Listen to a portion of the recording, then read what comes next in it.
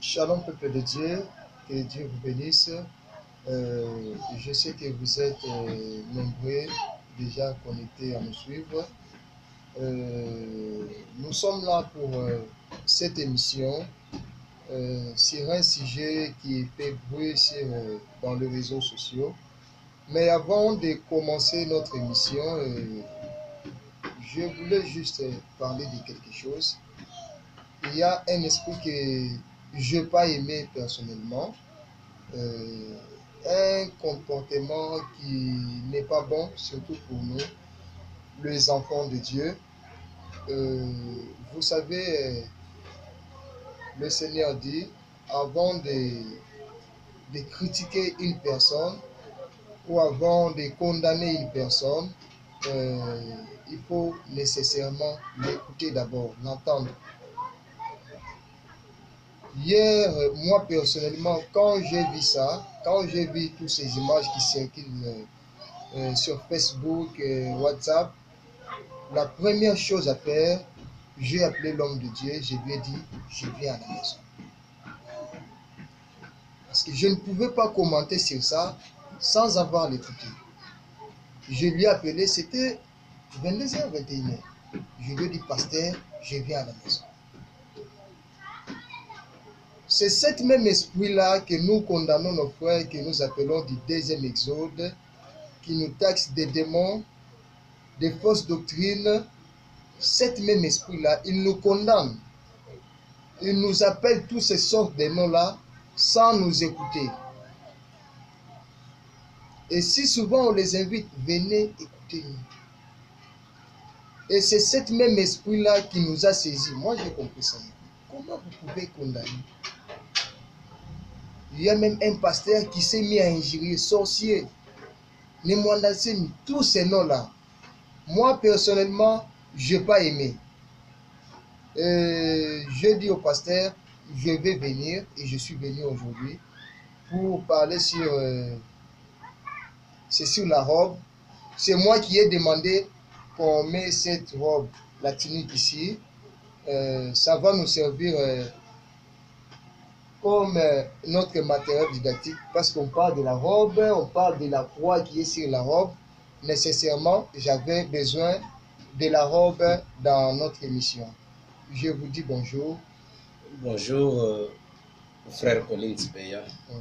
Bonjour à tous ceux qui nous suivent. Oui, vous présentez votre nom. Merci, je suis votre frère, le frère Emmanuel Mpotoyi. Je suis pasteur du Branham Tabernacle de Limete Sokopao à Kinshasa.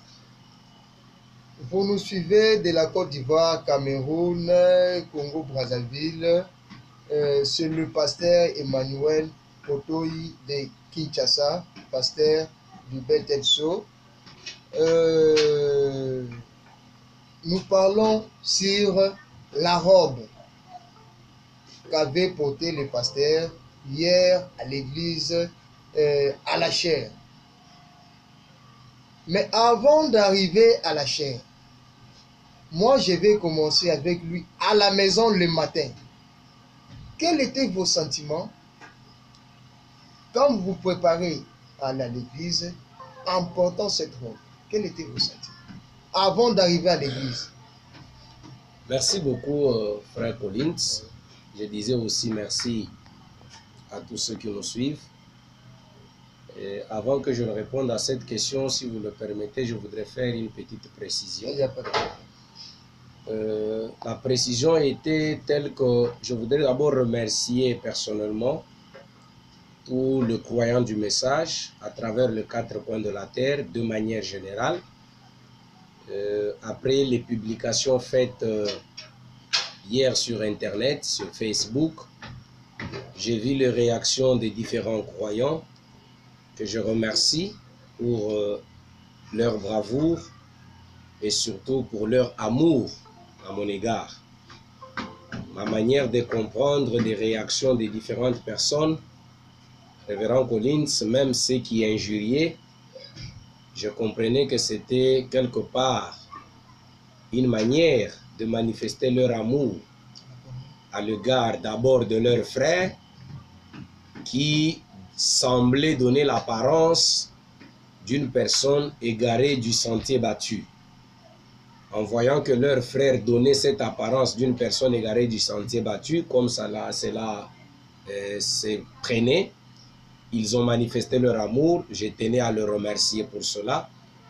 Et remercier spécialement le frère Collins qui est venu et qui nous permet de répondre ou de réagir grâce à cette émission. Bien que je ne voulais pas le faire, c'était contraire à ma position. Mais vu l'insistance, je me suis dit qu'il faudra que je parle. Remercier aussi à titre particulier mon ami intime, Bill Branham, depuis Pointe-Noire, qui a réellement prouvé que c'est un ami intime à moi par sa manière d'agir vis-à-vis de ce problème. Je n'étais pas connecté. Quand je me suis connecté, j'ai trouvé qu'il avait déjà même pris la défense avant que moi-même je ne puisse parler. À la même occasion, remercier mon pasteur Isaacson Dieudonné, conjointement avec le pasteur Bob, et tous ceux qui m'ont appelé par voix, par mes WhatsApp et tout pour me parler de cette affaire. Je vous remercie. La précision est telle que cette intervention que je fais via le frère Collins, je ne fais pas ici quelque chose pour susciter un débat. Je ne fais pas ici quelque chose pour susciter une discussion. Je ne suis pas non plus ici pour chercher à convaincre qui que ce soit, mais je suis là pour essayer de répondre aux questions qui me seront posées par rapport à ce qui s'était passé. Voilà la petite précision. Donc, ce n'est pas quelque chose pour créer un débat ou pour créer toute une discussion autour de ça, même pas pour créer comme si c'est quelque chose de nouveau que nous amenons dans le message, une nouvelle doctrine ou un nouveau système. Loin d'être une nouvelle doctrine, loin d'être un nouveau système, nous allons le découvrir au travers de ces questions. Shalom.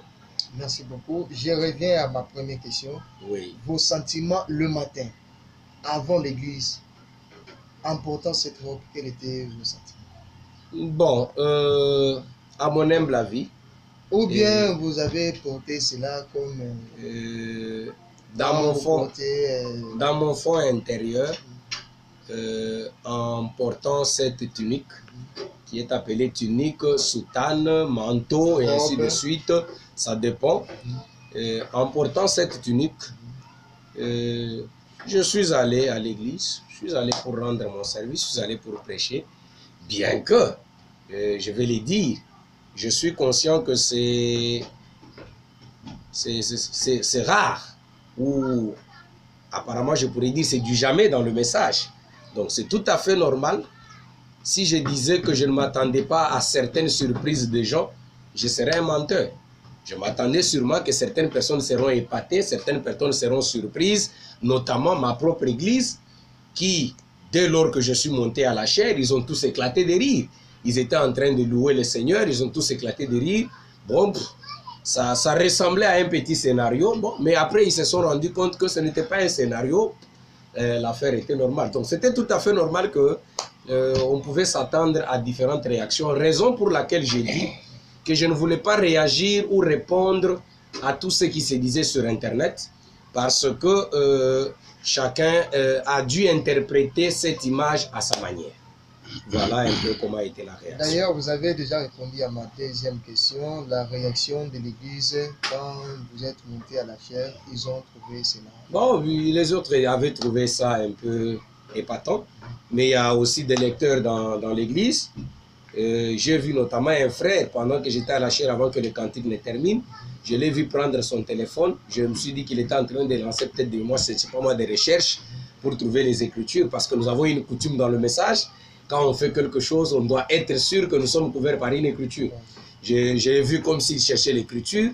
Bon, apparemment, je me suis rendu compte que c'est comme s'il a eu, je ne sais pas moi, une écriture, parce que j'ai vu la personne rester assise avec son calme. Voilà. Pasteur Emmanuel, oui. Pourquoi la robe? Pourquoi la robe? Pourquoi la soutane? Pourquoi la tunique? Répondre de manière concrète comme ça, je risquerais de répondre par une question. Pour dire aussi pourquoi pas la soutane. Pourquoi la soutane? Mais pourquoi pas la soutane? C'est étonnant que le révérend Collins ne m'ait pas posé la question pourquoi j'ai porté une chemise noire. C'est étonnant que le révérend Collins ne m'ait pas posé la question pourquoi nous sommes assis ici avec des papiers sur la table devant un ordinateur. Mais il me pose seulement la question, pourquoi la robe? Pourquoi la soutane? C'est alors que je réponds aussi, mais pourquoi pas la soutane? Pourquoi la soutane? Je vois la croix sur votre soutane. Ça a une signification. Merci bien. C'est là que je voudrais parler pour dire au peuple de Dieu quelque chose. Je voudrais préciser. Le pasteur Emmanuel Mpotoyi, cette histoire de soutane n'est pas une doctrine. Ce n'est pas un système que je suis en train d'inventer. Loin de toute intention. Loin d'être une doctrine qui prend naissance. Loin d'être un système. Mais cette soutane est un vêtement comme tout autre vêtement. Je vous en supplie de ne pas me prêter les intentions. C'est un vêtement comme tout autre vêtement. Mais seulement, chose grave, ça a un peu été cité dans certaines écritures quelque part. Raison pour laquelle je dis qu'en portant ça, je n'avais même pas en moi une idée de doctrine ou de quoi que ce soit. Mais quelque part, après tout le remue-ménage, tout le tohu-bouyou qu'il y a eu sur la voie, sur les internets, ça a dû nous interpeller pour aller approfondir et sonder davantage les Écritures. Raison pour laquelle toutes les personnes qui dérangeaient sur Internet depuis hier, je pense que bon nombre ont remarqué ma réaction. Pour moi, j'étais un peu stupéfait. Et à plusieurs, je répondais toujours, mais est-ce que tu as une écriture qui refuse que je sois en soutane, je puisse porter la soutane? C'était ça ma réaction. Raison pour laquelle je vous ai posé la question, mais pourquoi pas la soutane? On dirait qu'il y a une écriture quelque part qui interdit le port de la soutane. Voilà depuis hier là où j'étais en train de me dire, s'il y a réellement une écriture qui interdisait le port de la soutane, il faudrait bien sûr peut-être me la donner. Parce que je conçois très mal que je voie le révérend Collins et que je lui dise que la veste noire que tu as portée n'est pas bonne. Quand je dois condamner la veste noire qu'il a portée, je dois bien sûr avoir un soubassement. Je condamne cette veste en vertu de tel argument ou en vertu de telle écriture. Mais quand je n'ai pas d'écriture pour condamner, d'emblée on condamne, on taxe de tout. Là, je ne suis même pas dans ça. Je sais que dans ce message, je pense que je peux directement toucher le problème. Dans ce message, nous avons une difficulté. C'est la difficulté que je n'aime pas. C'est même le conseil que je donne à l'Église. Vous allez remarquer, je peux vous évoquer bien des cas dans ce message. Pire encore, nous qui nous déclarons être du troisième étude. Nous avons fait de nos propres convictions, je précise, nos propres convictions personnelles, nous avons fait de cela une loi imposable dans la parole. Nos propres convictions. Je peux prendre des exemples parmi tant d'autres. Aujourd'hui, je dis, frère Branham dit, vous voyez un groupe de gens qui se lèvent pour me lapider. J'ai blasphémé, je ne suis pas en droit de l'appeler frère Branham. Combien d'écritures parle-t-il de l'appeler frère? Je serais d'accord que chacun dans sa conviction personnelle, si on est surtout pasteur, si je dois parler de nous pasteurs, je peux avoir mes convictions personnelles. Je ne peux pas les imposer au peuple de Dieu. En tant que pasteur d'une église, bien sûr, la parole me donne ce pouvoir de dire que nos églises, en tant que pasteur d'ici, l'ordre établi dans cette église est comme ceci. Si je n'ai pas d'écriture sur ça, j'ai dit que c'est ce que nous croyons ici. En tant que pasteur, parce que je suis la tête. Mais je ne peux pas prendre ces principes et aller l'imposer dans d'autres églises. Je peux prendre un deuxième exemple. Dans mon église, lorsque vous entrez, vous trouvez les frères assis d'un côté, les sœurs assis d'un côté. Ces exemples que je prends, c'est pour amener à ce que je vais dire. Le frère assis d'un côté, les sœurs assises d'un côté. Je n'ai pas d'écriture qui dit que les frères doivent être d'un côté, les sœurs d'un côté. Jusque-là, en tout cas, à mon humble avis, je n'ai pas cette écriture-là. Je ne peux pas d'emblée me mettre à condamner les églises qui font asseoir le croyant mélangé. Je ne peux pas le faire. J'irai condamner ces églises le jour où j'aurai une écriture de Branham qui me dit que le frère et les sœurs ne peuvent pas être assis mélangés. Mais je ne peux pas en faire un principe, je ne peux pas en faire une loi imposable à tous, comme ce que nous sommes en train de voir. Il y a bien des cas comme ça. Il y en a bien. J'étais dernièrement en train de parler à l'église sur les histoires de l'offrande d'anniversaire. À l'époque telle que j'ai grandi, on m'a dit que l'offrande d'anniversaire c'est calculé, je ne sais pas moi, un quart de $1 fois le nombre d'âges. J'ai cherché cette écriture jusqu'à aujourd'hui, je ne l'ai jamais trouvée. J'appelle tel pasteur, il me dit non, aux États-Unis on a dit, maintenant en 2008 ça avait changé, maintenant quand nous sommes arrivés en 2015. Mais nous devons baser notre foi sur des histoires comme ça. Là où l'écriture n'a pas condamné, ne faisons pas de nos convictions personnelles une loi imposable. Raison pour laquelle je disais que ceux qui condamnent la soutane que j'avais portée ne pouvaient que me donner l'écriture qui condamnait. Je passe pour continuer. Je disais que je ne voulais pas en faire un débat. Je sais qu'il y a les croyants qui ont dit donner les citations, donner les écritures. Bien que je sais que parmi tous ceux qui réclament les écritures là, si vous leur donnez les écritures, ils ne vont même pas les croire. J'étais, ça fait 2 semaines, en train de parler sur Internet sur le problème du corps physique littéral de Jésus.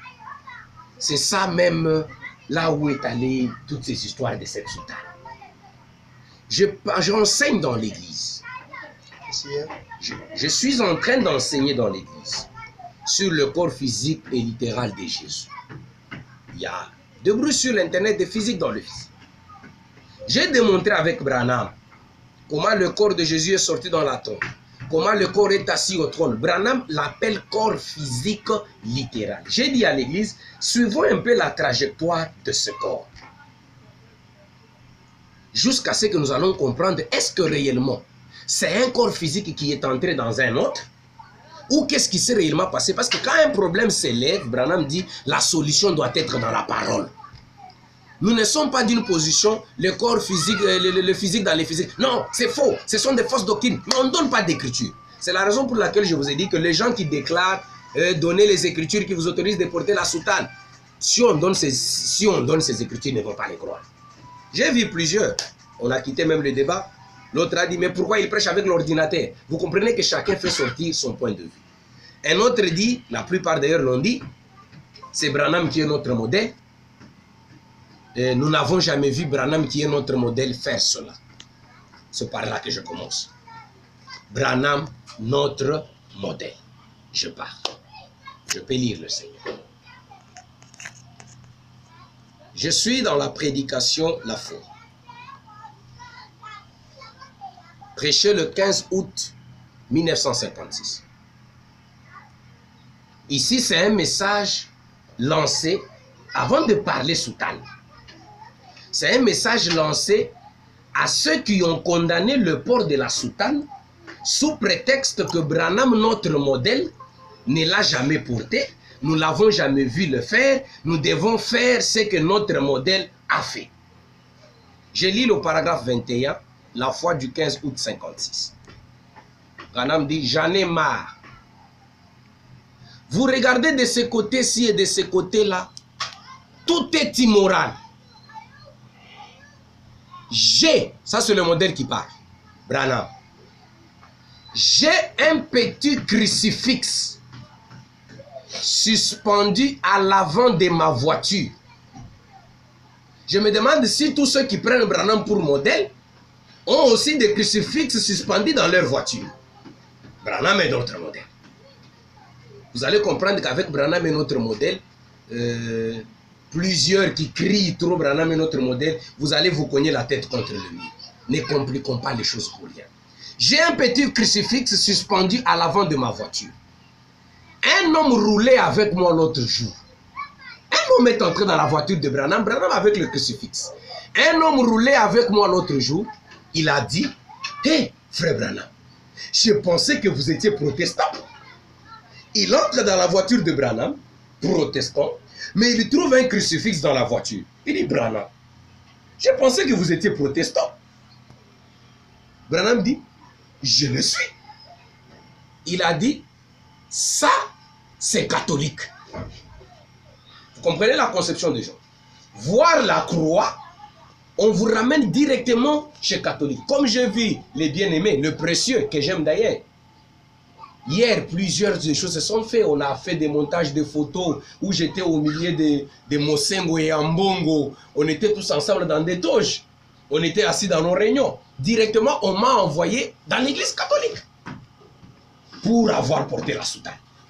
Voilà un autre frère, pour être entré dans la voiture de Branham et avoir vu le crucifix, il était déjà prêt de transférer Branham dans l'église catholique. Et il lui dit, ça, c'est catholique. Branham dit, j'ai dit, depuis quand les catholiques ont-ils choisi la croix? Ceux qui s'acharnent. Et je pense, révérend Colin, je vais vous révéler une chose. Voyez tout le bruit que vous avez vu sur Internet sur la soutane. Ce n'est pas vraiment la soutane. Le grand problème, c'est la croix. C'est la croix rouge là, c'est là qu'il y a le problème. Il y a même un frère qui m'a écrit, il me dit, révérend, on pouvait comprendre si vous aviez même cette soutane là toute blanche. Mais quand vous y mettez encore la croix rouge, le problème c'est la croix. À un autre, je lui ai dit, imagine-toi si sur ma soutane là, j'avais mis une photo de l'ange du Seigneur au dos là, commençant de la tête au bas. Est-ce que tu pouvais parler? Il dit non, mais si c'était la photo de l'ange du Seigneur, c'était normal. Le problème, c'est la croix. Branham dit, depuis quand les catholiques ont-ils choisi la croix? Ça, hein, cette croix, Branham, notre modèle, n'a pas attribué ça à l'église catholique. Je commence avec la croix, parce que la croix est sous la soutane. Je commence avec la croix, puis je vais parler de la soutane. J'ai dit que la soutane, ce n'est pas une doctrine. C'est juste un vêtement que j'avais porté comme ça. Mon église peut vous le témoigner. Mais vu que ça fait du problème, analysons ça avec les Écritures. J'ai été assimilé à Néwanda Seigne. J'ai été assimilé à beaucoup de choses. J'ai rié. Branham dit, ça, la croix. Depuis quand les catholiques ont-ils choisi la croix? Ça, c'est l'emblème de la foi chrétienne. On va me parler du chrétien. Oui, moi je suis chrétien. Je le crois ici. Si on a besoin des Écritures confirmant que je suis chrétien, je vais démontrer que je suis chrétien. C'est l'emblème de la foi chrétienne. Et les petits saints, les morts, comme les saintes Cécile, et eux tous, ces morts auxquels les catholiques adressent des prières, c'est ça le signe du catholicisme. Pas la croix. Ça, c'est le modèle qui parle. Le modèle du catholicisme, le symbole du catholicisme, c'est les saintes Cécile, Sainte Marie. Voilà. Pas la croix. Que le croyant du message enlève ça de leur tête, que quand vous voyez la croix, vous nous envoyez aux catholiques. Non. Branham lui-même avait failli être transféré dans l'église catholique alors qu'il était protestant. Il continue. Il dit, Christ est ressuscité des morts. Oui. Et j'ai dit, je vois beaucoup de mal sur la rue avec le crucifix dans la voiture. Je vois beaucoup de mal sur la rue. Quand je vois ce mal-là, je regarde la croix. Chers frères, qui avons Branham pour modèle, est-ce que quand vous circulez, vous voyez les mal dans la rue, vous regardez aussi la croix? Faisons ce que le modèle dit de faire. Je regarde la croix et je me dis, oh Dieu, combien je t'aime pour m'avoir sauvé de cette corruption. C'est vrai qu'il soit toujours devant votre face. Frère Collins, je vais ajouter une écriture encore. Pour comprendre que toutes les accusations dont j'ai été victime hier, beaucoup plus à cause de la croix, c'est arrivé du vivant de Branham. C'est pour ça que tu me voyais, je ne parlais pas. Quand je réagissais, je disais toujours, mais avez-vous une écriture qui interdit?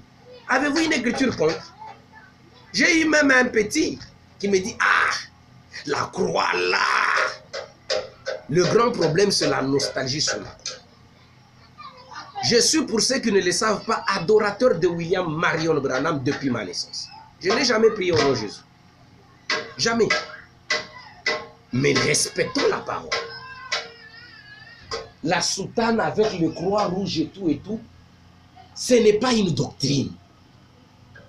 Et n'assimilons pas ça directement chez les catholiques, chez les Ngunza, chez les musulmans et tout. Non, n'envoyons pas ça directement.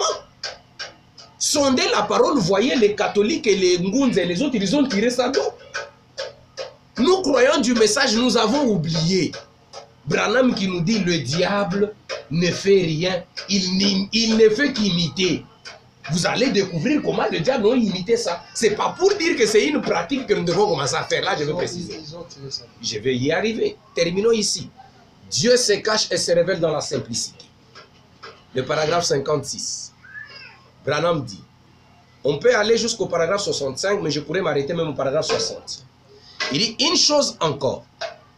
Bien des gens m'ont toujours reproché.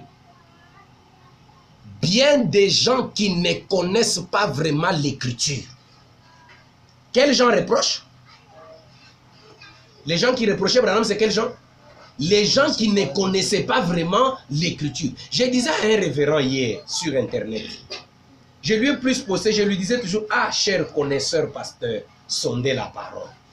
Parce que je me rendais compte qu'il faisait plus de déclarations en désordre et que j'étais censé l'assimiler à cette écriture. Branham dit, bien des gens m'ont toujours reproché, bien des gens qui ne connaissent pas vraiment l'écriture, ils m'ont toujours reproché d'avoir un crucifix dans l'église.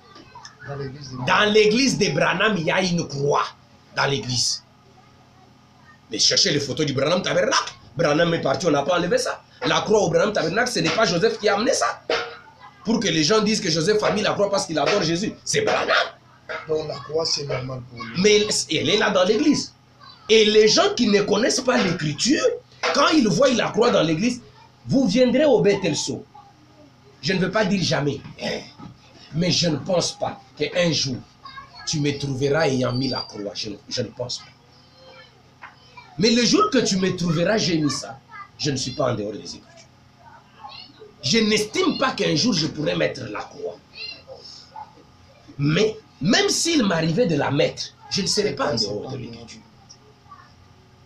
Mais les gens qui ne connaissent vraiment pas l'Écriture sont venus reprocher Branham pour avoir la croix. Comme moi, on m'a reproché pourquoi j'ai la croix sur la soutane. Il dit ceci. Je me rappelle qu'une fois, il s'est passé quelque chose ici à ce sujet-là. J'avais 3 croix. Branham. J'avais 3 croix. Sans compter celle de la voiture. Hein. J'avais 3 croix. Et un frère était tout bouleversé à cause de ça. C'est comme hier, les réseaux sociaux étaient bouleversés. Emmanuel Mpoto, il n'y avait qu'une croix sur le dos. Les réseaux sociaux bouleversés. Et un frère était tout bouleversé à cause de ça, parce qu'il avait entendu dire par une autre dénomination que les crucifixes, ça représentait le catholicisme. Quelqu'un a entendu quelqu'un d'autre parler et il a conclu. Tu lui poses la question, tu as l'écriture, il n'en a pas. Juste parce qu'il a entendu un certain prédicateur condamner le port de la soutane avec des croix, lui aussi s'est mis directement à condamner. C'est arrivé avec Branham. Rien de ce qui arrive n'a jamais été. Tout c'est la répétition. Je continue. Qu'un étudiant ou quelqu'un ou un chrétien né de nouveau vienne donc me dire que le catholique ont le monopole du crucifix. Je lance un défi. Que les connaisseurs de la Bible qui se sont déployés sur Internet me donnent les Écritures qui donnent aux catholiques le monopole de la croix. Qu'un étudiant ou quelqu'un ou un chrétien né de nouveau vienne donc me dire que les catholiques ont le monopole du crucifix. Le crucifix de Christ ne représente pas le catholicisme. Ça, c'est vraiment. Je suis en train de lire Branham, Dieu se cache et se révèle dans la simplicité. Je suis au paragraphe 57. Le crucifix de Christ ne représente pas le catholicisme. Il représente Dieu, virgule, le royaume. Ça représente Dieu. Qui est Dieu? Branham est Dieu.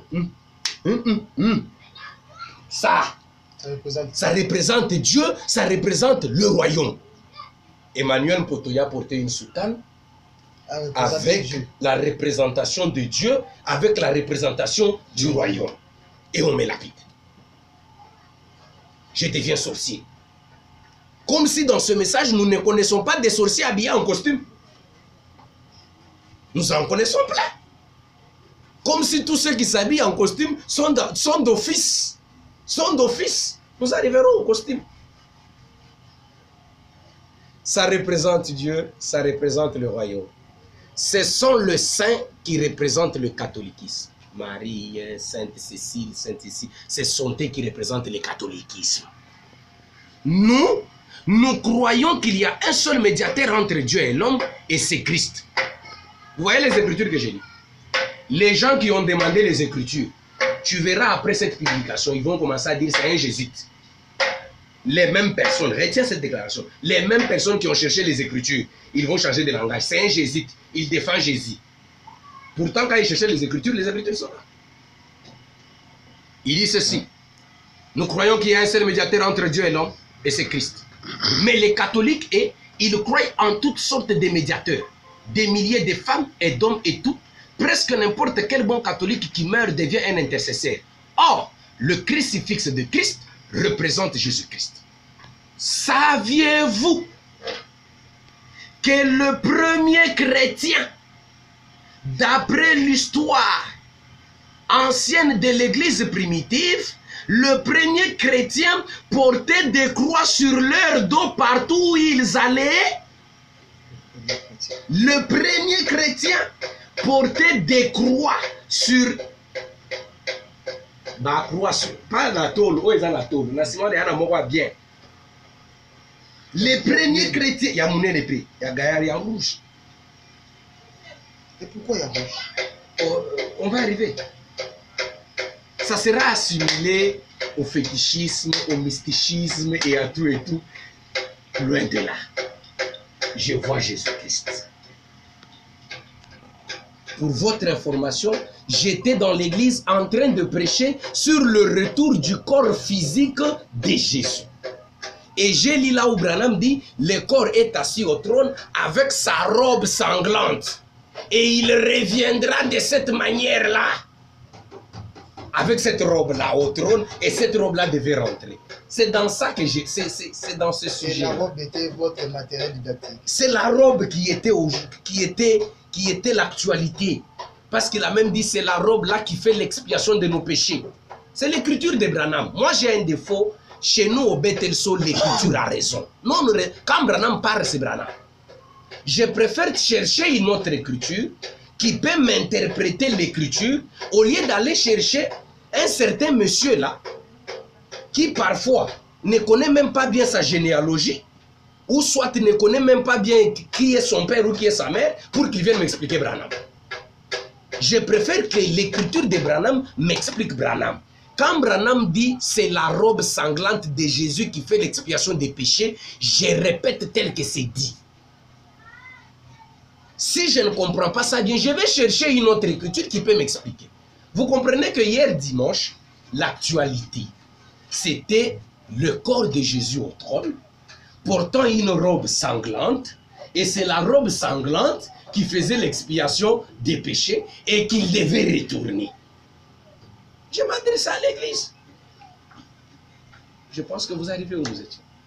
Branham dit, je continue. Le premier chrétien, d'après l'histoire ancienne de l'église primitive, ils portaient des croix sur leur dos partout où ils allaient pour montrer qu'ils étaient des chrétiens, pour s'identifier comme tels. Les catholiques, je pense que je peux lire pour qu'on puisse plus gagner du temps, parce qu'il ne faudra pas que ça soit comme tout un exposé, pour résumer le temps. Les catholiques prétendent que ce sont eux les premiers chrétiens. Ils prétendent que c'est eux les premiers. Mais l'église catholique n'était même pas encore organisée en ce moment-là. Le premier chrétien dont on parle, ceux qui portaient les croix ici, ce n'étaient pas les catholiques. Branham dit, voyez, le chrétien portait une croix. Vous avez entendu des gens dire porte-croix. Vous pensez que ça fait référence aux catholiques? Ce sont les vrais catholiques. Pas ceux-ci du concile de Nicée, mais le vrai catholique. L'église mondiale universelle du Saint-Esprit, c'est exact. Nous sommes catholiques. C'est Branham. Nous sommes catholiques. Nous sommes les catholiques originels. Nous ne sommes pas les catholiques de Ambongo. Nous sommes les catholiques originels, les catholiques qui croient la Bible, voyez. Eux, ce sont des catholiques de l'église, l'organisation. Nous, nous sommes libres de ça. Nous sommes la continuation de la doctrine des apôtres. Nous sommes la continuation du baptême du Saint-Esprit et de tout ce que l'église primitive représentait. Alors que l'église catholique n'a rien de tout ça. Donc, ils ont placé ici, au Branham Tabernacle, ils ont placé ici le crucifix qui a été apporté, qui a été taillé dans le bois d'un olivier sous lequel Jésus a prié. Il y a des années dans ce crucifix. Et il m'a été offert par Frère Arkambright. Et je vais le consacrer avec cette église. Il va consacrer le crucifix avec l'église.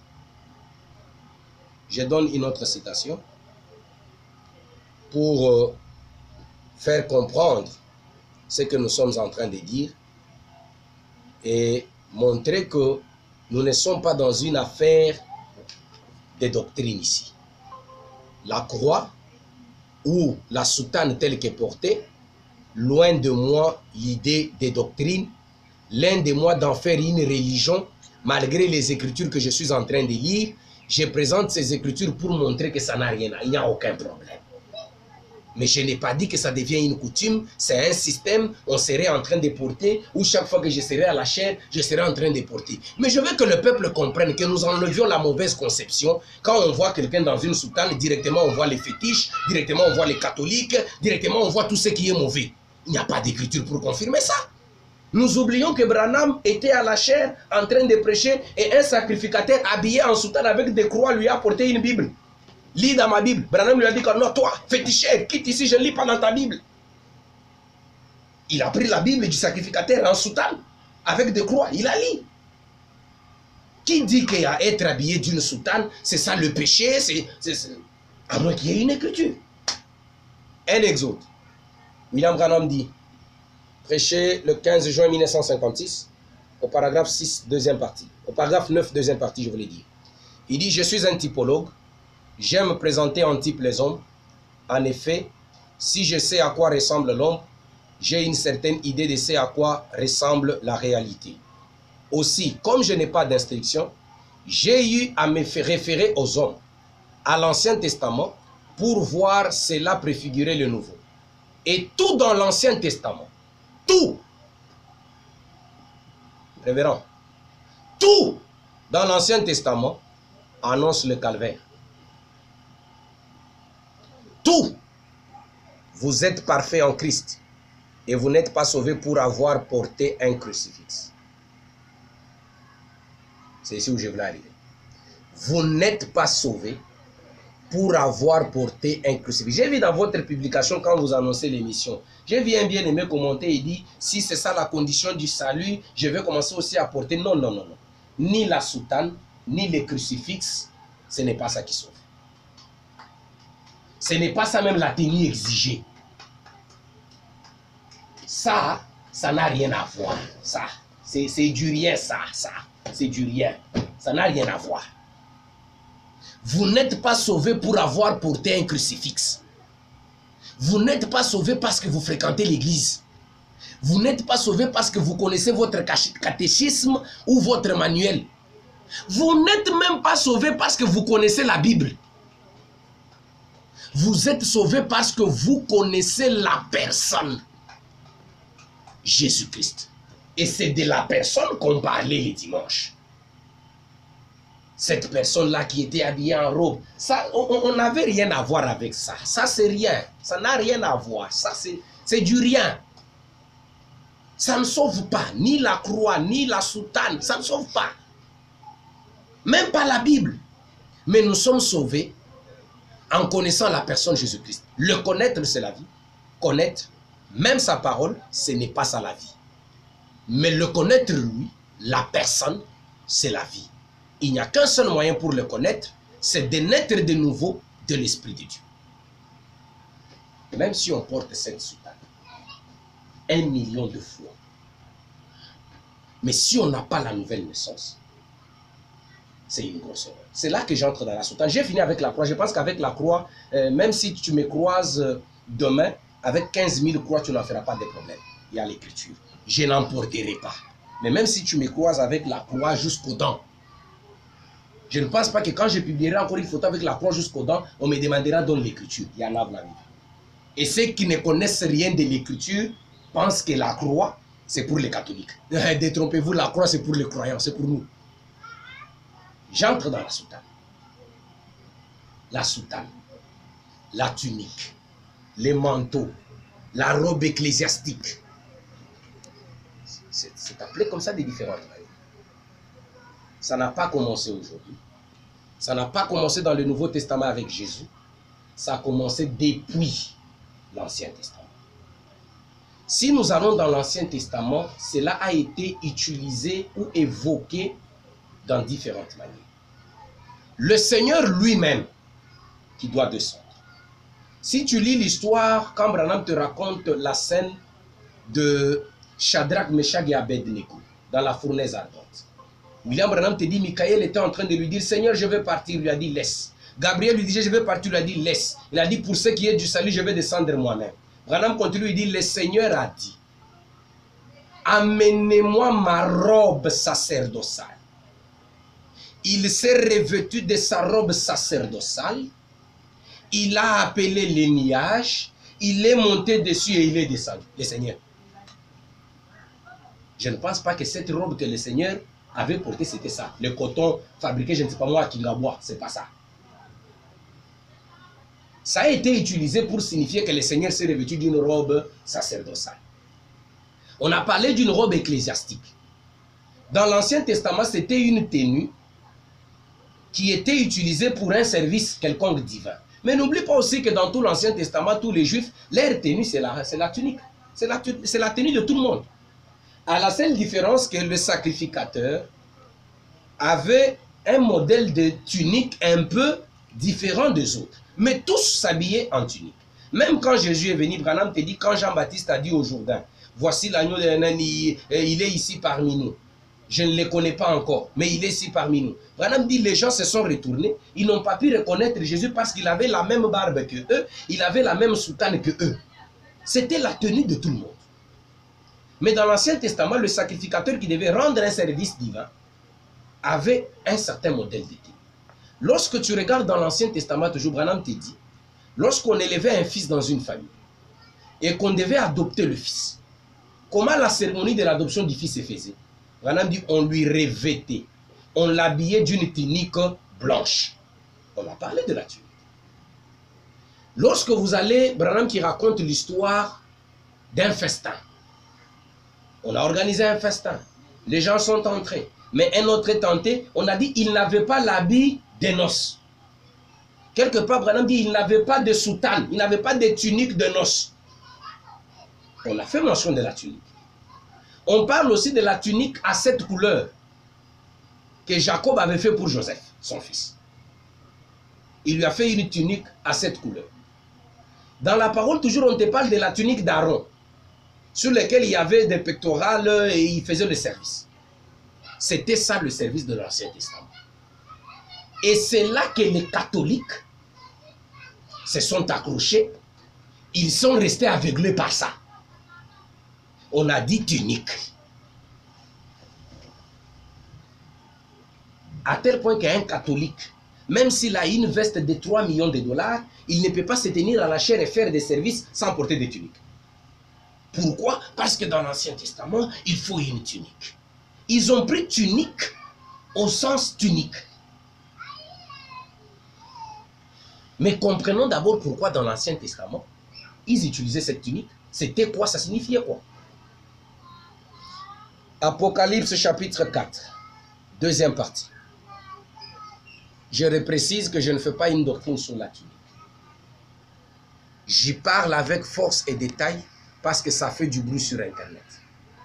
En m'habillant dans cette tenue, loin de moi l'idée d'en faire une doctrine, vous demanderez à mon église, vous verrez les images, vous verrez la prédication. Je n'ai même pas fait mention de ça. J'ai considéré, pour moi, un habillement comme tout autre habillement. Ce qui est difficile à pénétrer dans les têtes des gens. Considérez que ça, c'est un habillement comme tout autre habillement. Dès que tu portes ça, on voit directement le fétiche, on voit la magie, on voit l'église catholique. Dans les têtes. C'est nous les hommes. C'est pour ça que j'ai dit, je ne suis pas de principe de faire des convictions personnelles, rendre ça la parole de Dieu. Dès que tu vois une croix, on t'envoie chez les catholiques. Branham lui-même a dit que la croix n'est pas le symbole de catholique et les catholiques n'ont pas le monopole de la croix. Moi, je voudrais que le croyant raisonne comme Branham, comme la parole. Ça ne veut pas dire catholique, ça ne veut pas dire fétiche. C'est un tissu acheté au marché Zando. Si tu es tailleur, tu peux faire la même couture et porter. Moi, je me demande si pour faire les fétiches, il faut forcément avoir une croix rouge, il faut avoir une tunique. Les fétiches, la sorcellerie n'est plus esprit. C'est devenu maintenant ça. Et on se fie chez les féticheurs. Tu vas chez un féticheur, il porte... Moi, j'ai l'habitude d'appeler ça, ce sont des intimidations. Quand un féticheur porte des choses rouges, là, c'est une manière de vous intimider. Et un croyant est intimidé avec ça parce que, à la technique, il y a rouge, on est intimidé. Nous connaissons ce que c'est que le domaine de l'esprit. Ce n'est pas ça. Ça sont des intimidations. Et est-ce que pour que quelqu'un puisse coudre quelque chose de blanc, y mettre le rouge, je peux mettre le vert, je peux mettre le noir. Il faut forcément que la sorcellerie descende. C'est la sorcellerie qui va coudre. Mon cher frère. Et si je portais une veste blanche, à laquelle je vais ajouter une croix, tu entendras que ça sera un problème. Je vais aider ceux-là. Je jette la tunique. Demain, je m'achète une veste blanche, toute blanche. Et au dos, là, on me met une grosse croix rouge. Tu entendras des problèmes. C'est pour ça que je t'ai dit, ce n'est pas seulement la tunique. La croix a un problème. Il n'y a rien de spirituel ici. Je vais donner la source de cette pratique de l'Ancien Testament. C'est là que vous allez comprendre où est-ce que les catholiques se sont perdus et où est-ce que la parole nous a amenés. William Branham dit au paragraphe 144 de la prédication Apocalypse 4, deuxième partie, il dit ceci, c'est prêché en 1961, c'est autrement dit appelé le 24 ancien. Au paragraphe 144 de la prédication, Branham dit, Apocalypse chapitre 4, deuxième partie, il dit, chacun de ses enfants, lorsqu'il naissait, il avait une pierre porte-bonheur. Et en ce temps-là, Aaron, le souverain sacrificateur de chacun de ses enfants d'Israël, avait un pectoral sur lui, sur sa tunique. C'est ce que je vais tenir à l'écart juste un peu plus longtemps pour aborder ce verset 6. Les pectorales qui étaient sur la tunique d'Aaron. Je vais tenir ça à l'écart pour parler un peu. Car cela introduit ici même chaque symbole de l'Ancien Testament. Les ports des tuniques que les Aaron portaient là. Les tuniques qu'on faisait revêtir aux fils adoptifs. La tunique que Jacob avait fait pour Joseph. C'était des symboles. C'était des symboles. Et Branham nous a donné le vrai sens de ces symboles-là. Il dit, c'est tenu à l'écart pendant un temps, car cela introduit ici même chaque symbole de l'Ancien Testament. Tous les ustensiles et tout dans l'Ancien Testament, ces symboles-là, tout dans l'Ancien Testament, étaient les modèles de ce qui a été vu au ciel.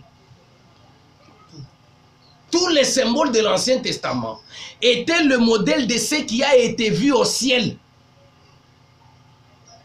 Lors de festin des noces, on fait porter l'habit de noces, un symbole de ce qui a été vu au ciel. Le sacrificateur devait être revêtu en tunique.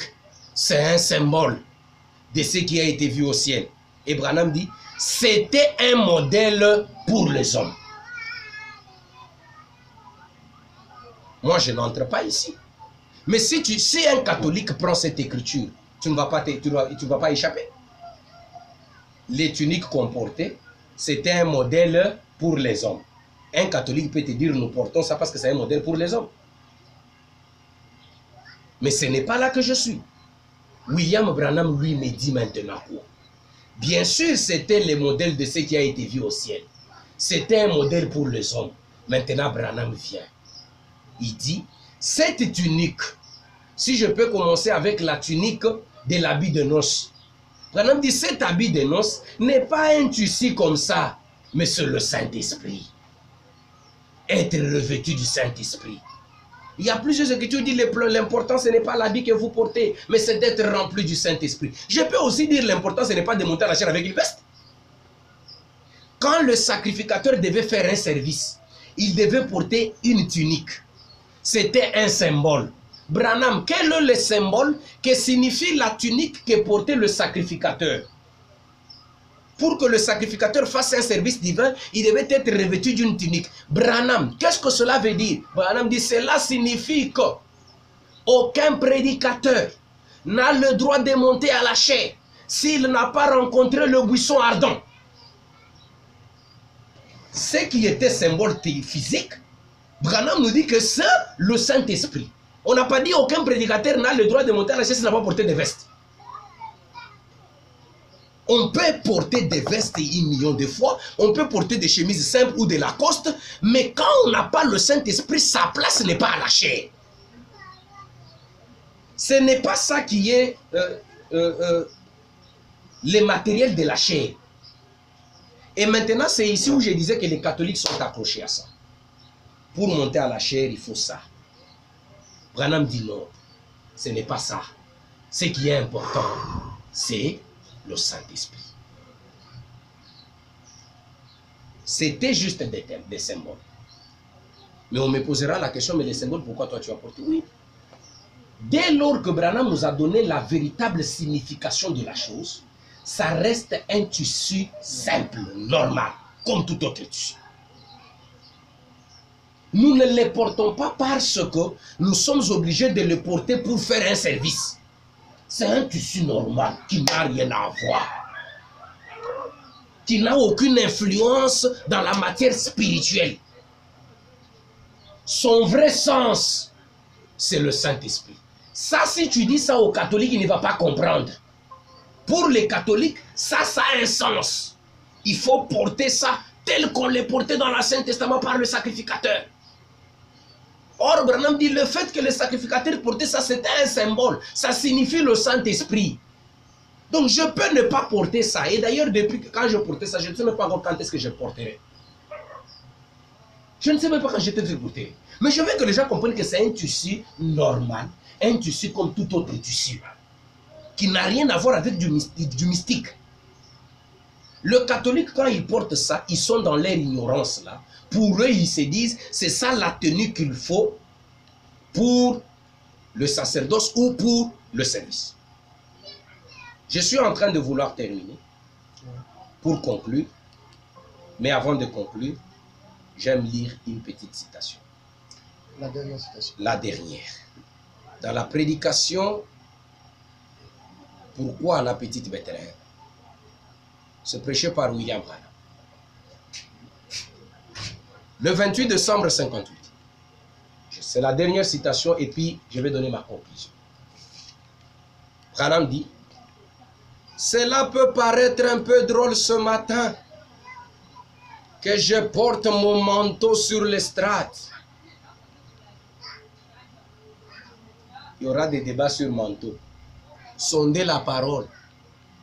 La tunique à cette couleur de Joseph, on l'a appelée tunique. Branham l'a appelé manteau. La tunique que Martin avait donnée aux pauvres, Branham l'a appelé tunique. Il l'a appelé soutane. Il l'a appelé manteau. Il dit, Et nous allons suivre à la suite. C'est un peu drôle que je porte mon manteau sur l'estrade. Comme c'était drôle hier, que j'ai porté ça sur l'estrade. C'était drôle. Oui, c'est drôle. Ça l'a été pour Branham.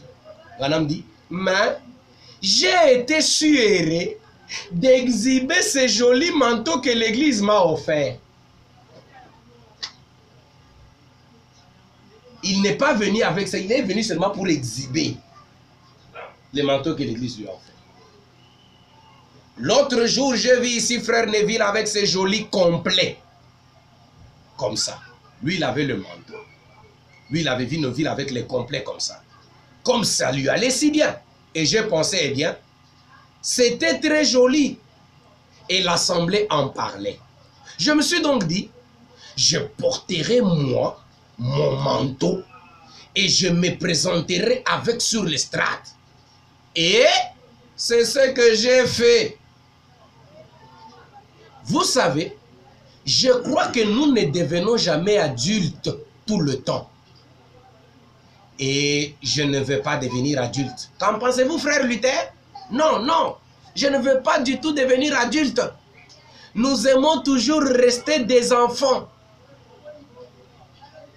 Frère Neville dit, frère Branham, j'ai cru que tu portais une de ces tenues que portent ces ministres de la haute classe. Les ministres de la haute classe. Ils ont une tenue. J'ai cru que tu portais l'une de ces tenues que portent des ministres de la haute classe. J'ai simplement regardé du coin de l'œil et j'ai cru que peut-être tu avais enfilé une soutane. Frère Branham et l'assemblée rit. C'est un compliment pour ce beau manteau. Fin de citation. Je conclus pour dire que le fait que j'aille porter la soutane portée à la chair, je la considère pour moi comme un habit normal. Pour dire au peuple que nous ne devons pas faire la loi là où la parole ne l'a pas faite. Nous n'avons pas d'écriture pour attribuer les manteaux, les soutanes à l'église catholique, aux magiciens ou aux marabouts. De même que j'ai démontré que nous n'avons pas d'écriture où nous pouvons donner le monopole de la croix à l'église catholique. Branham a failli être transféré à l'église catholique juste pour le crucifix qui était dans sa voiture et qui était dans l'église. C'est un tissu normal qui, dans l'ancienne loi, était revêtu pour faire un service divin. Et il fallait ça. Et c'est ce qui a aveuglé les catholiques aujourd'hui et les restes des religions qui pensent que pour faire un service, il le faut. Mais Branham nous a expliqué que cette tunique, bien que c'était des exemples tirés du ciel et modèle pour les hommes, mais la vraie signification de ça, c'est d'être rempli du Saint-Esprit.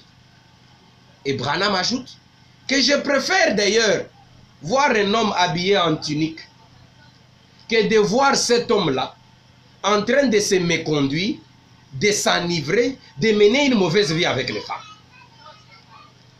Donc comme j'étais en tunique là, ça c'est l'autre aspect, Branham serait très content de moi, plus que les pasteurs qui couchent avec les femmes d'autrui, plus qu'avec les pasteurs qui prennent le whisky, et qui parfois, certains ont même commenté pour m'envoyer en enfer, pour me taxer des sorciers. En me taxant des sorciers peut-être à côté d'une femme d'autrui.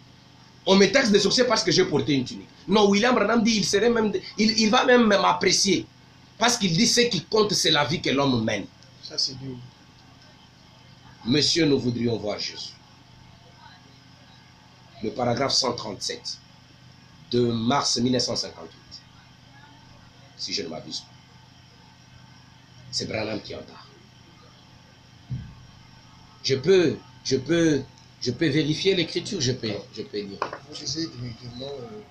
Je peux lire cette écriture. Si je peux aller rapidement, je peux prendre mon téléphone là, comme ça on va. Mais on me donne mon téléphone là, je vais tirer ça directement à partir de là. Ici, ça va me donner encore du temps. Donc c'est pour dire que ça, c'est juste un habillement. J'ai l'écriture avec moi. Monsieur, nous voulions voir Jésus, prêché le 12 novembre 1963. Je prends le paragraphe 116 et 117. L'auteur, le modèle, le connaisseur de la parole. C'est lui qui peut facilement détecter les sorciers qui ne sont pas sorciers. Il y remarquait comment il s'est identifié. Non pas par un certain habillement, non pas par un grand, en étant un conférencier de grande renommée, non pas par un diplôme de doctorat d'une certaine université. Ces choses-là, quelles choses? L'habillement, les doctorats, les conférenciers, ces choses-là, c'est très bien. Je ne les critique pas. Les modèles, je ne les critique pas. Et je ne sais pas s'il y a une écriture où Branham ait déjà critiqué une personne pour le simple fait d'avoir porté une tunique. Je me demande s'il y en a. J'ai parlé ici du sacrificateur qui lui a donné la vie. Je ne les critique pas. J'essaie de faire ressortir quelque chose qui devait sortir de là.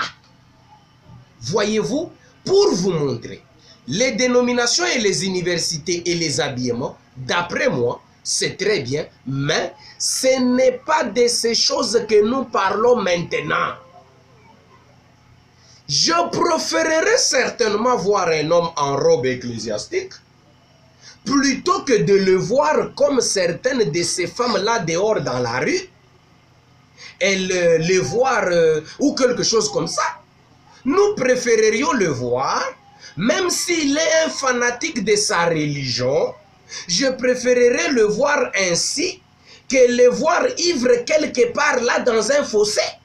Voyez-vous, je n'ai donc rien à redire là-dessus.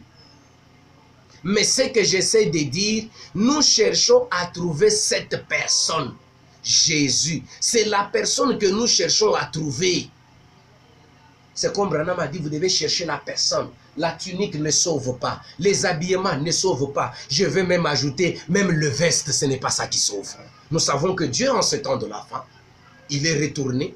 Le Jésus-Christ qui avait porté les soutanes hier, aujourd'hui il est retourné, il s'est habillé en veste. Mais la veste n'est pas l'indication idéale. Si on dit que ça c'est pour les catholiques, mais vous verrez que les soutanes des catholiques, vous verrez que la couture est différente des soutanes des postolos. Et vous verrez aussi que les musulmans, nous allons aussi leur donner un autre habillement. Et nous, on va dire quoi? Qu'on porte mal les vestes? Et si vous nous donnez les vestes, Moïse Mbiye, vous lui donnez quoi? Parce qu'on risque de confondre les adorateurs de Branham dans leur habillement sacerdotal, qui est la veste. Et on voit un certain païen de l'église de réveil. Quelqu'un comme Moïse Mbiye, en veste aussi. Notre veste, notre habillement. Vous comprenez que si on va dans ce sens-là, on va rendre la parole de Dieu, ça n'aura pas son vrai sens. Je ne pense pas qu'il y a un certain habillement indiqué avec lequel on doit faire un service divin. Mais l'habillement, c'est un habillement, sans problème. Les catholiques se sont accrochés à ces soutanes par leur manque de révélation, qui ont cru que le fait de porter la tunique pour faire un service divin, c'était ça la chose. Mais Branham nous a déjà aidés pour comprendre que ce n'est pas la tunique, c'est le Saint-Esprit. Le pasteur Emmanuel ne sera pas porteur de tunique. Non, je vais porter la tunique pour prêcher, non. Comme les témoins de Jéhovah. Comme les témoins de Jéhovah. Sans veste. Non, c'est pas seulement les témoins de Jéhovah. Ici, dans le message, il y en a. J'étais quelque part à Brazzaville. C'est un témoignage que j'ai vécu. Si tu montes à la chair telle que je suis là, pantalon, chemise, enfilé, tu as blasphémé. Il faut la veste. Pire encore, si tu oses monter à la chair avec un pantalon jeans, même si c'est bien enfilé, avec une cravate, il faut la veste. Vous voyez un peu ce qu'on est en train de faire de la parole? On lit un certain habillement avec la veste. Non, je serai d'accord. Il n'y a pas d'écriture pour soutenir ça. Je serai d'accord que le pasteur dise, comme moi dans mon église, demandez à mes interprètes. Il n'y a aucun de mon interprète qui peut monter devant la estrade pour interpréter avec des sandales ou avec les babouches ou habillé chemise pendante en désordre, non. Je n'ai pas d'écriture qui lui interdit de monter à l'estrade avec les sandales. C'est l'ordre de l'Église. Comme Branham dit, chaque Église a son ordre, sa discipline et sa conduite. Nous avons estimé dans notre Église que pour question de propriété, pour certaines raisons, il faut que ça soit comme cela. Mais je ne peux pas aller dans l'église d'un autre pasteur, comme exemple chez le pasteur Bob, et aller imposer aux interprètes du pasteur Bob, ne montez pas à la chair avec les sandales. Quand je dois sortir avec ça de mon église pour l'imposer ailleurs, je dois être revêtu d'une écriture. Parce que là, ce sont mes convictions personnelles. Branham l'a dit, si le pasteur Neville veut vous prêcher la doctrine des témoins de Jéhovah, c'est entre vous et l'église. Le principe personnel qui peuvent être observés dans une église locale, ne les faisons pas une loi. Dès que nous sortons et voulons généraliser ça, il faut qu'il y ait une écriture. Je n'ai pas généralisé le port de la tunique dans l'église. Je n'ai même pas dit que c'est ça le nouvel habillement que j'adopte. Mais je suis aussi contre que ça soit condamné gratuitement, sans écriture.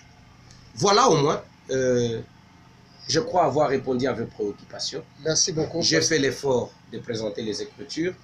J'espère que ceci n'a pas été fait dans l'esprit de susciter un débat, de susciter une discussion, parce que je suis contre les discussions inutiles.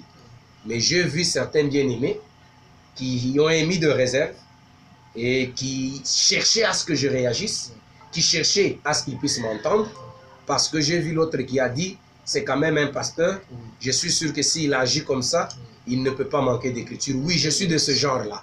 Je préfère être dans l'erreur, mais couvert par une écriture. Dans mon erreur là, mais avec une écriture. C'est ça mon défaut, c'est ça mon principe. Chez nous, au Bethel-So, c'est l'écriture a toujours raison.